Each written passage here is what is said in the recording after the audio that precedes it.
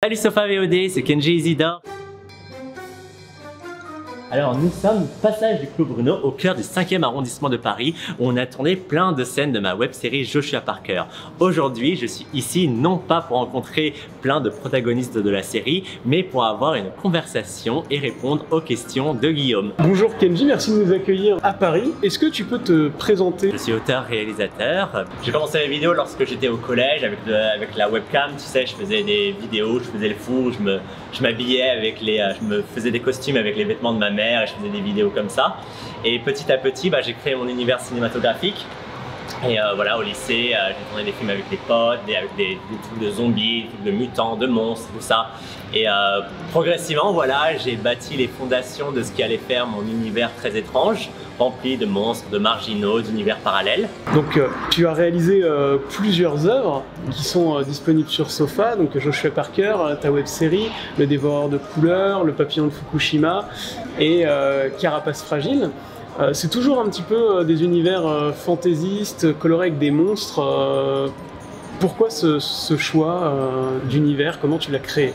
Je pense que depuis que je suis tout petit, j'ai toujours aimé les monstres. Et notamment, j'ai grandi en regardant des VHS des films de Tim Burton et les films d'animation de Hayao Miyazaki. Et dans ces deux univers à la fois japonais et américains, j'ai retrouvé des personnages monstrueux, des univers marqués très fort par des visuels grandiloquents, par des univers très profonds au niveau du bestiaire, au niveau des lieux, tout ça. Et voilà, j'ai été très marqué par tous ces univers quand j'étais petit. Et c'est ça, voilà, qui m'a motivé aussi à faire des films. Et aussi parce que j'avais envie de parler par l'art du cinéma de plein de sujets qui me tiennent à cœur. Tes personnages sont toujours des outsiders. Est-ce que c'est important pour toi? Ouais. C'est un thème qui est récurrent. Ouais.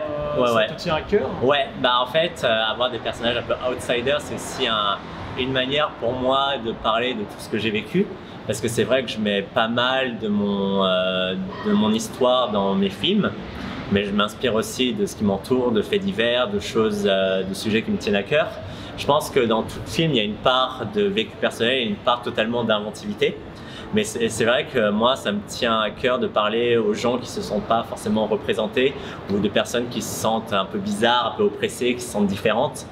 Et voilà, que ça soit dans Joshua Parker, dans Carapace fragile, Le Dévoreur de couleurs ou Le Papillon de Fukushima, c'est que des personnages qui ont subi des formes d'oppression, des formes de cruauté et qui, justement, par des rencontres avec d'autres personnages qui eux aussi souffrent, ils arrivent à se sortir de ces mondes parallèles qui les oppressent. Et justement, c'est toute une aventure labyrinthique où à chaque fois, ils ressortent en fait apaisés parce qu'ils ont fait des rencontres qui ont changé leur vie, parce qu'ils se sont entraînés les uns les autres.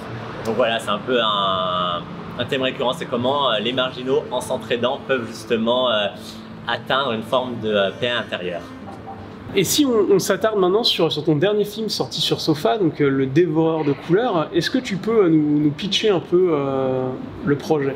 Alors, Le Dévoreur de couleurs, ça raconte l'histoire de Alice, une jeune femme marginale qui a subi du harcèlement scolaire, qui est projetée dans un monde parallèle où elle se retrouve avec d'autres adolescents aux cheveux colorés qui sont appelés sur un ring où ils doivent tous affronter le Dévoreur de couleurs.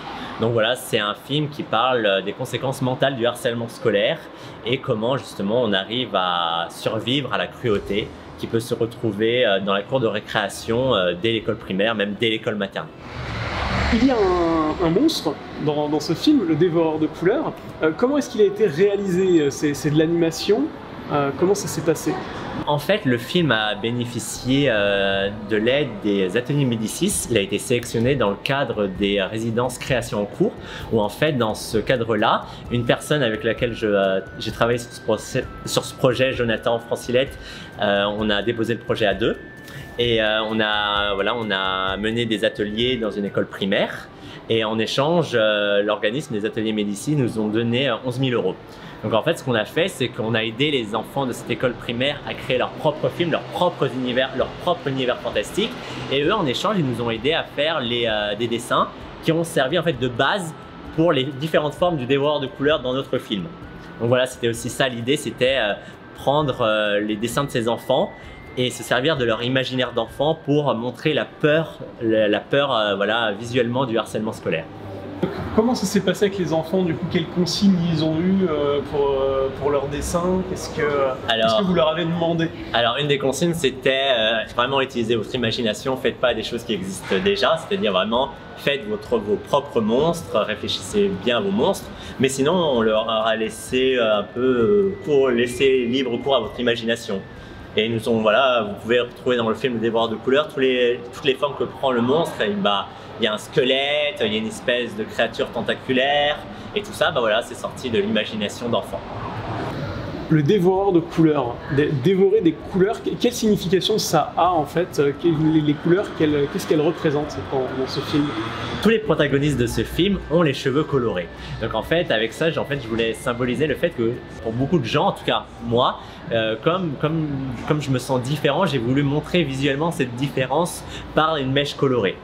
Je trouvais ça intéressant d'avoir cette marque visuelle en fait, marquer visuellement leur différence par ces couleurs dans les cheveux.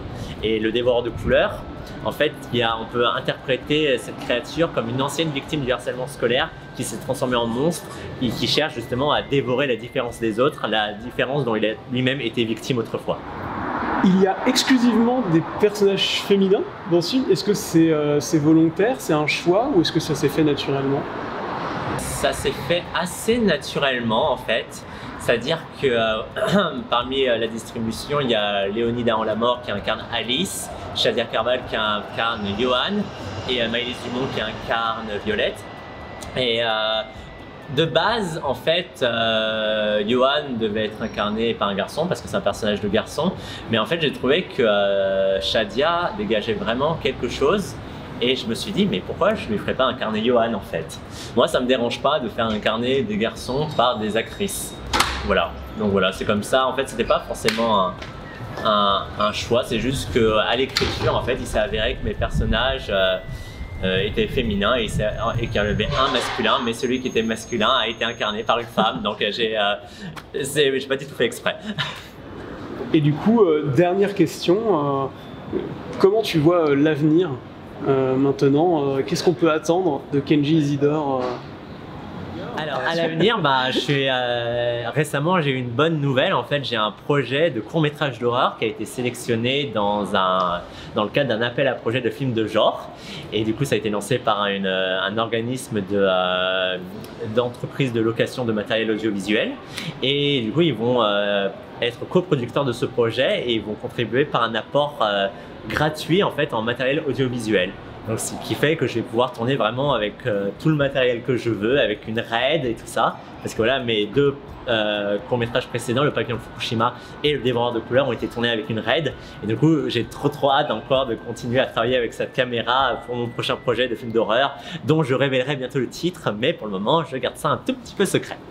Voilà. Et question bonus pour le coup, qui n'était pas prévue, tu arrives à la fin de ta web-série Joshua Parker. Comment on se sent après plus de 10 ans quand on arrive à la fin? Ouais. Et il reste 2 épisodes de Joshua Parker à terminer, les 2 derniers. Ouais, ça va faire 10 ans. Bah déjà, ça nous rajeunit pas. Ça nous rajeunit pas. Non, pas du tout. Pas du tout. Et non, mais c'est vraiment Joshua Parker, ça a été une série super importante pour moi parce que je pense que c'est un univers que je vais continuer à développer en parallèle à mes autres projets audiovisuels.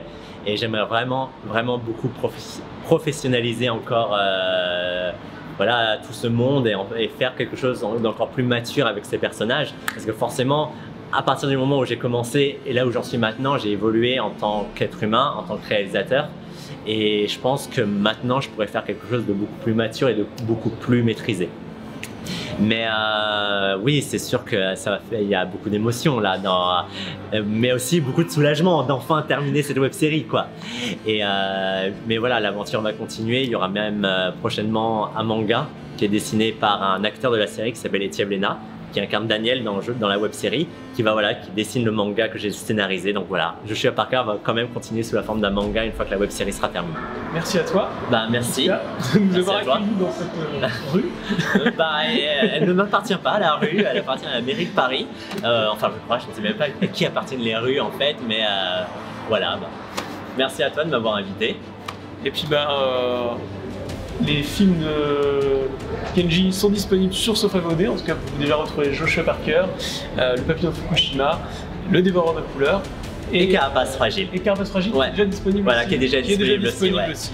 Bon voilà. Donc à bientôt sur Sofa VOD et puis pour regarder les films de Kenji. Merci.